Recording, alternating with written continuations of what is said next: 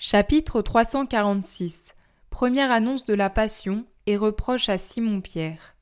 Le 30 novembre 1945.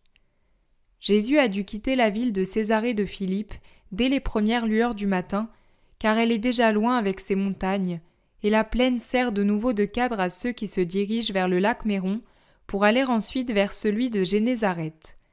Jésus marche avec tous les apôtres et les disciples qui étaient à Césarée. Mais une caravane si nombreuse sur la route n'étonne personne, car on rencontre bien d'autres groupes en chemin vers Jérusalem, des caravanes de Juifs ou de prosélytes, qui arrivent de toute la diaspora et qui désirent rester quelque temps dans la cité sainte pour entendre les rabbis et respirer longuement l'air du temple. Ils avancent rapidement, sous un soleil déjà haut sur l'horizon, mais qui ne gêne pas encore car c'est un soleil de printemps qui joue avec les feuilles nouvelles et les branches fleuries, et qui fait naître une multitude de fleurs de tous côtés. La plaine qui précède le lac n'est qu'un tapis fleuri, et l'œil qui se tourne vers les collines qui l'entourent les voit couvertes d'étouffes blanches, légèrement rosées ou franchement roses, ou encore roses presque rouges, des différents arbres fruitiers, ou bien en passant près des rares maisons des paysans ou près des maréchaleries çà et là le long de la route, il se réjouit de voir les premiers rosiers fleuris dans les jardins, le long des haies ou contre les murs des maisons. Les parterres de Jeanne doivent être tout épanouis, fait remarquer Simon le Zélote. Le jardin de Nazareth, lui aussi, doit ressembler à un panier plein de fleurs. Marie en est la douce abeille qui va d'un rosier à l'autre, et de ceux-ci aux jasmins, qui ne vont pas tarder à fleurir, aux lys dont les boutons paraissent déjà sur les tiges, et elle cueillera le rameau d'amandier, comme elle le fait toujours, ainsi que le rameau du poirier ou du grenadier, pour les mettre dans l'amphore, dans sa petite pièce. Quand nous étions enfants, nous lui demandions chaque année « Pourquoi gardes-tu toujours un rameau de l'arbre en fleurs au lieu d'y mettre les premières roses ?» Et elle répondait « Parce que sur ces pétales, je vois écrit un ordre qui m'est venu de Dieu et que je sens l'odeur pure de la brise légère. Tu t'en souviens, Jude ?» demande Jacques, fils d'Alphée, à son frère. « Et comment ? Et je me rappelle que, devenu adulte, j'attendais le printemps avec impatience pour voir Marie aller et venir dans son jardin, sous les nuées de ses arbres en fleurs et à travers les haies des premières roses. Je n'ai jamais vu de spectacle plus beau que celui de cette éternelle jeune fille, glissant parmi les fleurs, au milieu des vols de colombes. Ah, allons vite la voir, Seigneur, que moi aussi je vois tout cela, supplie Thomas. Nous n'avons qu'à accélérer la marche et nous reposer un peu moins la nuit pour arriver à temps à Nazareth, répond Jésus. Tu me fais ce plaisir, Seigneur ? Oui, Thomas, nous irons tous à Bethsaïde, puis à Capharnaüm, et là, nous nous séparerons, nous pour aller en barque à Tibériade et ensuite à Nazareth. De cette façon, nous tous, sauf vous les Judéens, nous prendrons des vêtements plus légers. L'hiver est fini. Oui, et nous allons dire à la colombe « Lève-toi vite, ma bien-aimée, et viens, car l'hiver est passé, la pluie est finie, il y a des fleurs sur la terre. Debout, mon ami, et viens, colombe qui reste cachée, montre-moi ton visage et fais-moi entendre ta voix. » Bravo, Jean, on dirait un amoureux qui chante sa chanson à sa belle, s'émerveille Pierre. Je le suis de Marie.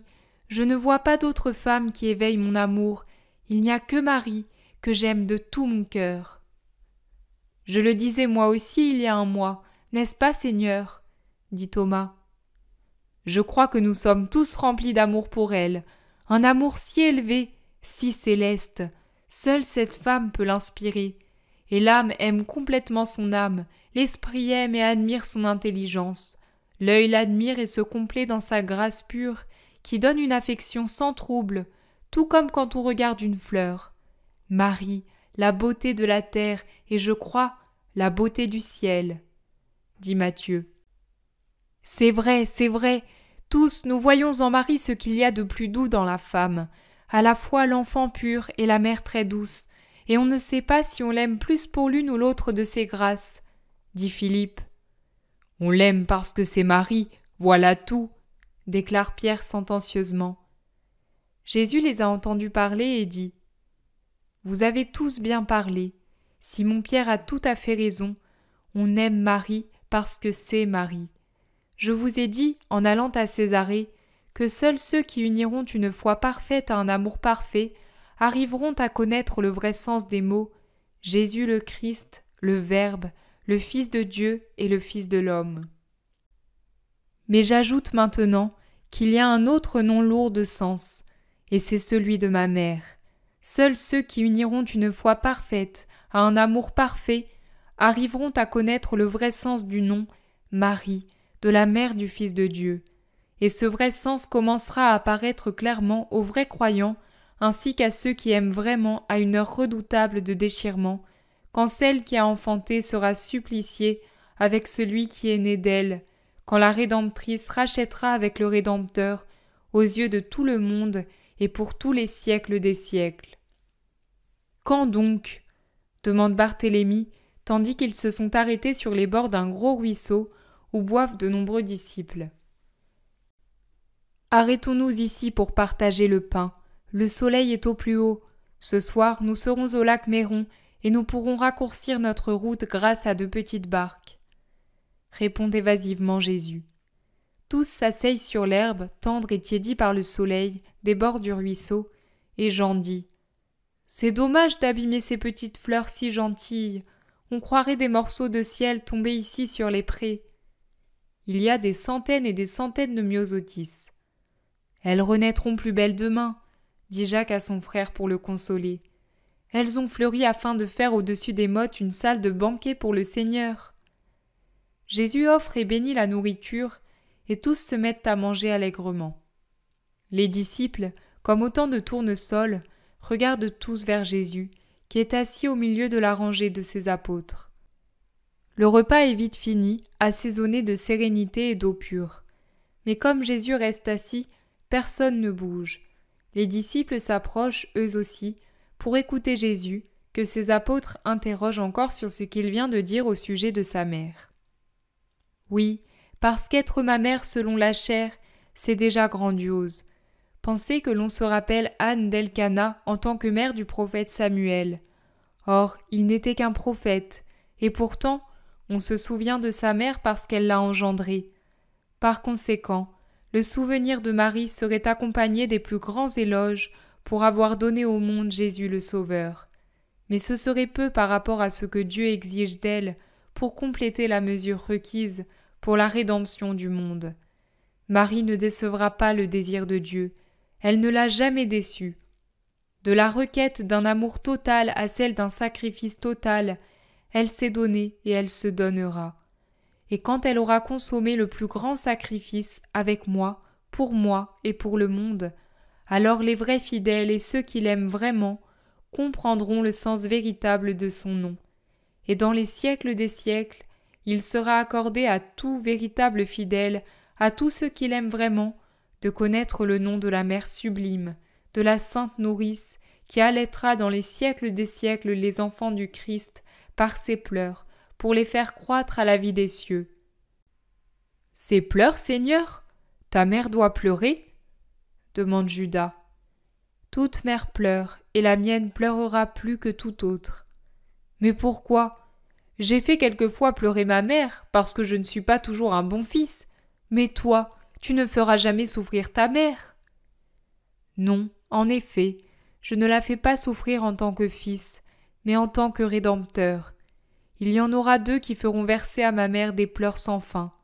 Moi, pour sauver l'humanité, et l'humanité par son continuel péché. Tout homme qui a vécu, vit ou vivra, coûte des larmes à Marie. « Mais pourquoi ?»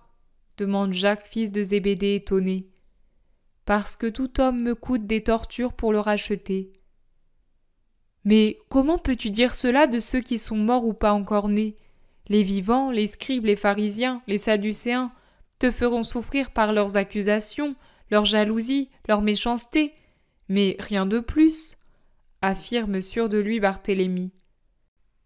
Jean-Baptiste aussi a été tué, et ce n'est pas le seul prophète qu'Israël ait tué, et le seul prêtre de la volonté éternelle, tué parce qu'il était mal vu de ceux qui désobéissent à Dieu. Mais toi, tu es plus qu'un prophète, et plus que Jean-Baptiste lui-même, ton précurseur. Tu es le Verbe de Dieu, la main d'Israël ne se lèvera pas sur toi, dit Jude. Tu crois cela, mon frère? Tu te trompes, lui répond Jésus. Non, c'est impossible, cela ne peut pas arriver, Dieu ne le permettra pas, ce serait avilir pour toujours son Christ. Jude est si agité qu'il se lève. Jésus l'imite et regarde fixement son visage pâle, ses yeux sincères. Et pourtant, il en sera ainsi, dit-il en abaissant son bras droit qu'il tenait levé comme pour jurer. Tous se lèvent et se serrent encore davantage autour de lui, formant une couronne de visages affligés, mais plus encore incrédules, et des murmures circulent dans le groupe. Certainement, si ça devait se passer, Jude aurait raison. Ce qui est arrivé à Jean-Baptiste, c'est mal, mais cela a exalté l'homme, héroïque jusqu'à la fin. Si cela arrivait au Christ, il en serait diminué. Le Christ peut être persécuté, mais pas avili. L'onction de Dieu est sur lui. Qui pourrait croire encore s'il te voyait à la merci des hommes? Nous ne le permettrons pas. Le seul à se taire, c'est Jacques, fils d'Alphée. Son frère s'en prend à lui. Tu ne dis rien? Tu ne réagis pas? Tu n'entends pas? Défends le Christ contre lui-même. Jacques, pour toute réponse, porte les mains à son visage et il s'écarte un peu en pleurant. Quel simplet! Déclare son frère. Peut-être moins que tu ne le penses, lui répond Hermasté avant de poursuivre. Hier, en expliquant la prophétie, le maître a parlé d'un corps décomposé qui se recompose et d'un corps qui ressuscite tout seul. Je pense que quelqu'un ne peut ressusciter à moins de mourir avant. Mais il peut être mort de mort naturelle, de vieillesse, et c'est déjà beaucoup pour le Christ, réplique Jude. Plusieurs lui donnent raison. Oui, mais alors ce ne serait pas un signe donné à cette génération qui est beaucoup plus vieille que lui, relève Simon le Zélote. Oui, mais il n'est pas dit qu'il parle de lui-même, réplique Jude, entêté dans son amour et dans son respect. Isaac témoigne avec assurance. Personne, à moins d'être le Fils de Dieu, ne peut se ressusciter lui-même, de même que personne, s'il n'est pas le Fils de Dieu, ne peut être né comme il est né. C'est ce que je dis, moi qui ai vu la gloire de sa naissance. Jésus, les bras croisés, les a écoutés parler en les regardant à tour de rôle. Puis il fait signe qu'il va parler. Le Fils de l'homme sera livré aux mains des hommes, parce qu'il est le Fils de Dieu et parce qu'il est aussi le Rédempteur de l'homme. Or, il n'y a pas de rédemption sans souffrance. Ma souffrance atteindra le corps, la chair et le sang, pour réparer les péchés de la chair et du sang. Elle sera morale pour réparer les péchés de l'âme et des passions. Elle sera spirituelle pour réparer les fautes de l'esprit. Elle sera complète. Aussi, à l'heure fixée, je serai pris dans Jérusalem. Et après avoir beaucoup souffert de la part des anciens et des grands prêtres, des scribes et des pharisiens, je serai condamné à une mort infamante. Et Dieu laissera faire, parce qu'il doit en être ainsi, car je suis l'agneau qui expie pour les péchés du monde entier. Et dans une mer d'angoisse que partagera ma mère et quelques autres personnes, je mourrai sur le gibet. 3 jours après, par ma seule volonté divine, je ressusciterai pour une vie éternelle et glorieuse, comme homme, et je serai de nouveau Dieu au ciel avec le Père et l'Esprit.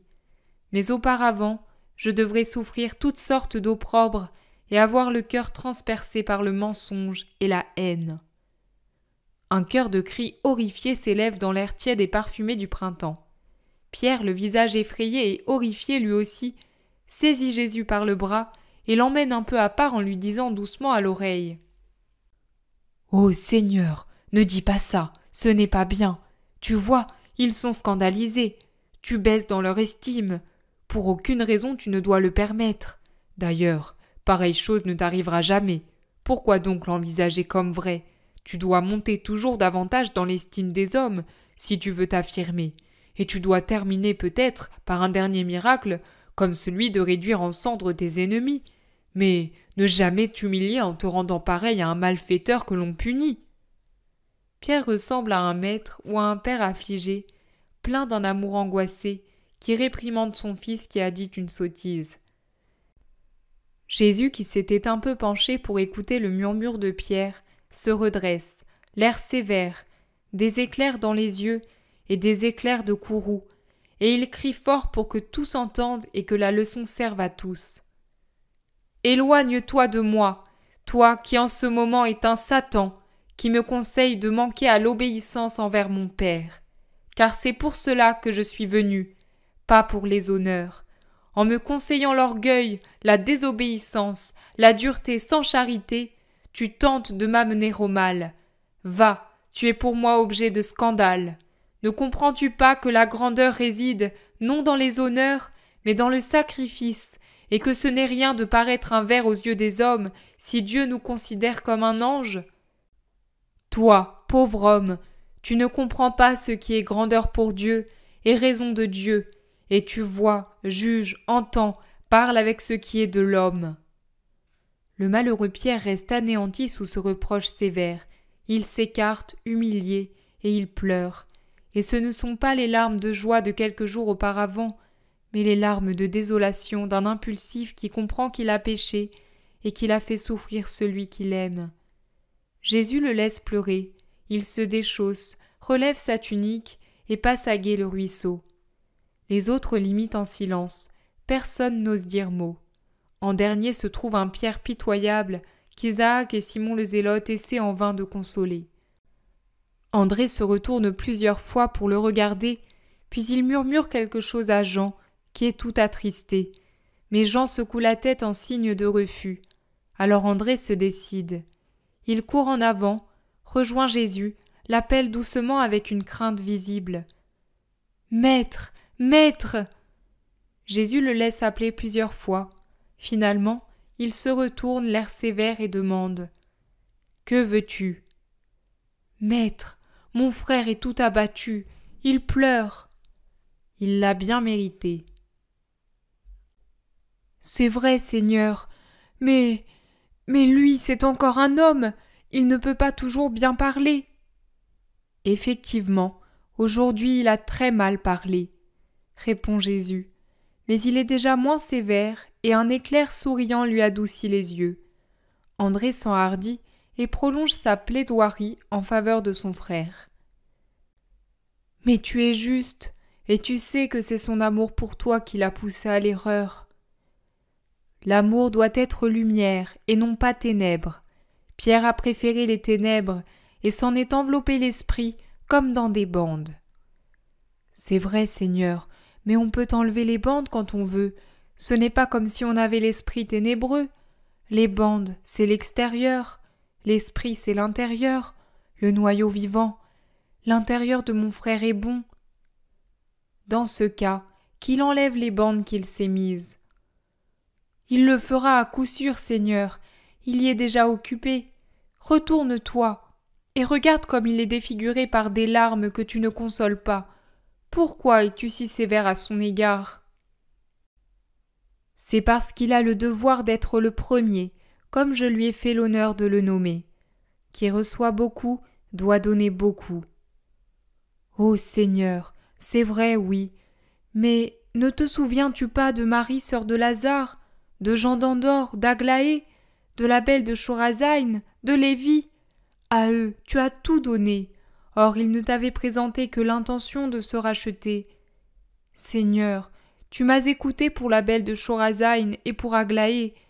Ne m'écouterais-tu pas pour ton et mon Simon, qui a péché par amour pour toi ? Jésus baisse les yeux sur le doux André, qui se montre audacieux et pressant en faveur de son frère, comme il le fut silencieusement pour Aglaé et la belle de Chorazaïne, et son visage resplendit de lumière. « Va appeler ton frère, dit-il, et amène-le ici. »« Oh, merci, mon Seigneur, j'y vais. » Et il s'éloigne en courant, rapide comme l'hirondelle en plein vol. « Viens, Simon, le maître n'est plus en colère contre toi. Viens, il veut te le dire. »« Non, non, moi, j'ai honte. Il y a trop peu de temps qu'il m'a fait des reproches. Il veut me voir pour m'en faire encore. »« Comme tu le connais mal, allons, viens. Tu crois que je pourrais te conduire à lui pour te faire encore souffrir? Si je n'étais pas certain que c'est une joie qui t'attend, je n'insisterais pas. Viens. Mais que vais-je lui dire? Demande Pierre en se mettant en route comme à regret, freiné par ses sentiments humains, mais encouragé par son âme qui ne peut se passer de la bienveillance de Jésus et de son amour. Que vais-je lui dire? Continue-t-il à demander. Mais rien, montre-lui ton visage, et cela suffira, dit André pour encourager son frère. Tous les disciples, à mesure que les deux frères les dépassent, les regardent et sourient, comprenant ce qui arrive. Ils rejoignent Jésus. Mais Pierre s'arrête au dernier moment. André n'hésite pas. Il le pousse énergiquement en avant, comme il le fait à sa barque pour la conduire au large. Jésus s'arrête. Pierre lève la tête. Jésus baisse les yeux. Ils se regardent. 2 grosses larmes roulent sur les joues, toutes rougies de Pierre. « Viens ici, grand enfant irréfléchi, que je te serve de père en essuyant ces larmes, » dit Jésus. Levant la main sur laquelle on voit encore la marque du coup de pierre de jusqu'à là, il essuie de ses doigts ces 2 larmes. « Ô Seigneur, tu m'as pardonné ?» demande Pierre tout tremblant, en prenant la main de Jésus dans les siennes et en le regardant avec des yeux de chien fidèle qui veut se faire pardonner par son maître fâché. « Je ne t'ai jamais condamné. » « Mais tout à l'heure. »« Je t'ai aimé. Cet amour de ne pas permettre qu'en toi prennent racine des déviations de sentiments et de sagesse. Tu dois être le premier en tout, Simon-Pierre. »« Alors tu m'aimes encore? Tu me veux encore avec toi? Ce n'est pas que je veuille la première place, tu sais. Il me suffit même d'avoir la dernière. Mais être avec toi, à ton service, et mourir à ton service, Seigneur mon Dieu. » Jésus lui passe le bras autour des épaules et le serre tout contre lui. Alors Simon, qui n'a pas lâché l'autre main de Jésus, la couvre de baisers, heureux, et il murmure « Combien j'ai souffert! Merci Jésus !» Remercie ton frère plutôt, et sache à l'avenir porter ton fardeau avec justice et héroïsme. Attendons les autres. Où sont-ils? Ils se sont arrêtés là où ils étaient quand Pierre a rejoint Jésus, pour laisser au maître la liberté de parler à son apôtre humilié. Jésus leur fait signe d'avancer. Avec eux se trouvent quelques paysans qui avaient délaissé leur travail dans les champs pour venir interroger les disciples. Jésus a toujours la main sur l'épaule de Pierre et dit « Par ce qui est arrivé, vous avez compris que c'est une affaire exigeante que d'être à mon service. C'est à lui que j'ai adressé ce reproche, mais il était pour tous, parce que les mêmes pensées étaient dans la plupart de vos cœurs, soit formées, soit en germe.